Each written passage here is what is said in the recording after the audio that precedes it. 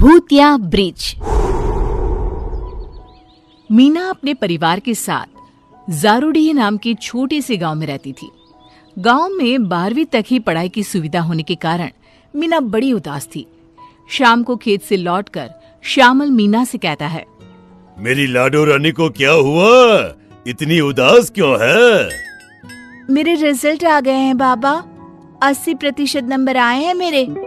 ये तो खुशी की बात है बेटी। पर मुझे आगे पढ़ना है बाबा, और गांव में तो आगे पढ़ाई की सुविधा ही नहीं है।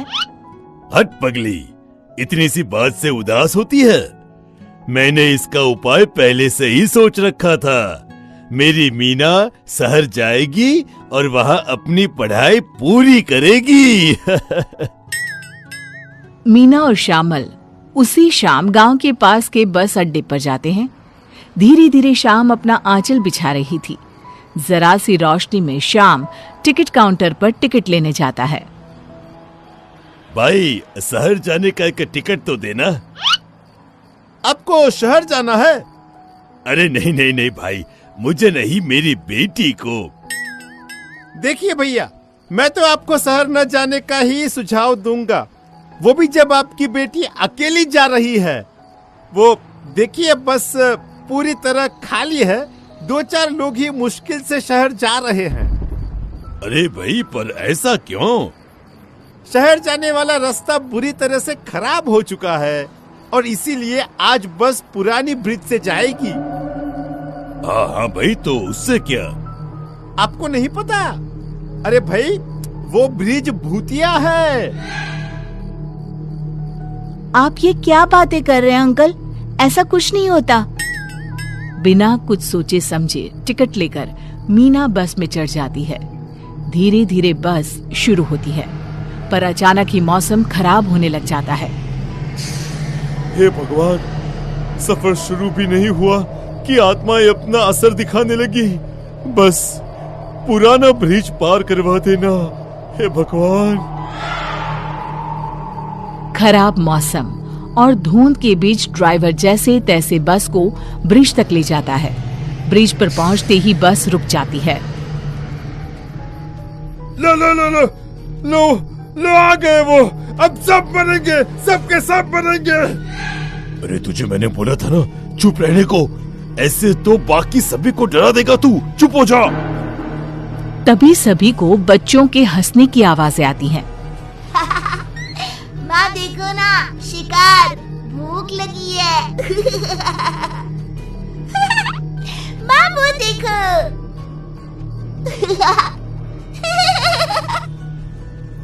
ये किस चीज की आवाज है?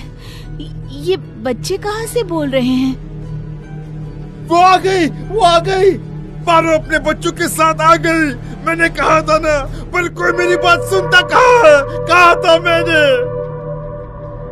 बस अपने आप जोरों से हिलने लग जाता है, मानो कोई ताकत उसे हिला रही हो। मीना ने घबराकर बाहर देखा तो वो देखती है कि एक 8-9 साल का बच्चा बस हिला रहा है। बच्चे की आंखें बिल्कुल काली, शरीर पूरी तरह सफेद। वो नजरें उठाकर मीना को देखता है। शिकार। हड़बड़ाती हुई मीना वापस बस में देखती है। बस के फ्लोर पर चलता हुआ एक अंधा बच्चा उसकी ओर आता है। मुझे माफ कर दो, मुझसे गलती हो गई। मैंने किसी का कुछ नहीं बिगाड़ा। भूत होते हैं, मैं मानती हूँ। मीना बस में चारों ओर देखती है। मोहन सोहन का चेहरा उसे कटा हुआ दिखाई देता है। हम मरे हुए हैं मीना। इस बस में तुम्हारे और ड्राइवर के अलावा सब मरे हुए हैं। हम इन बच्चों और उनकी माँ के शिकार हुए थे। भाग जाओ मीना, ड्राइवर भैया, भाग जाइए। ये कहते ही मोहन सोहन के अलावा जो 2-4 लोग बस में थे सभी गायब हो जाते हैं।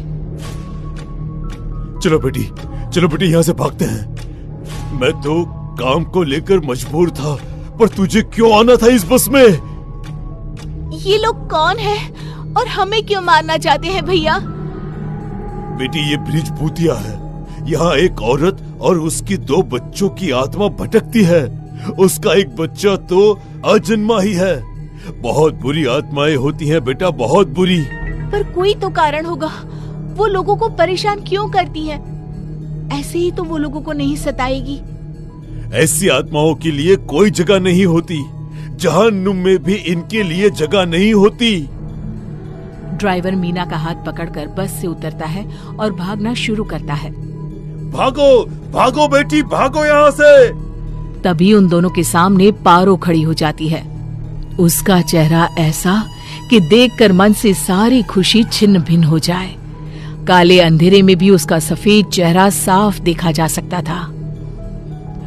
शिकार करो बच्चों, मेरे लिए सर का हिस्सा छोड़ देना। पारो के दोनों बच्चे ड्राइवर के कंधे पर कूद पड़ते हैं और उसे मारने पर उतारू हो जाते हैं। अगली बारी तेरी बच्ची। मार देना हम दोनों को, पर पहले मेरी बात तो सुन लो आंटी।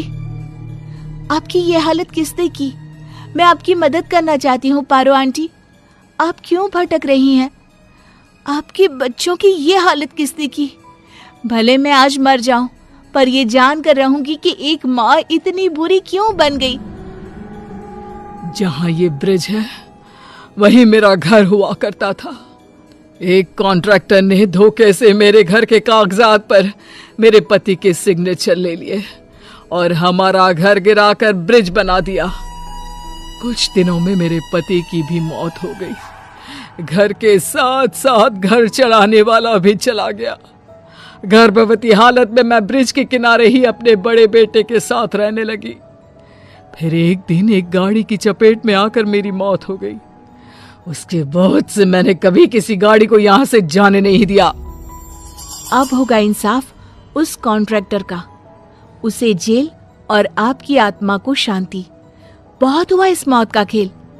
शायद आज ये बस इस ब्रिज पर आपको आजाद करने ही आई है। इसके बाद मीना गांव वापस लौटकर सारी बातें अपने पापा को बताती है और ड्राइवर श्यामल और मीना कॉन्ट्रैक्टर के काले कारनामों का पता लगाते हैं और न्यूज़पेपर में छपवा देते हैं। पारो के साथ साथ उस ब्रिज में मरे हर इंसान की आत्मा की शांति करवाई जाती है और ब्रिज हमेशा के लिए आत्माओं से आजाद हो जाता है।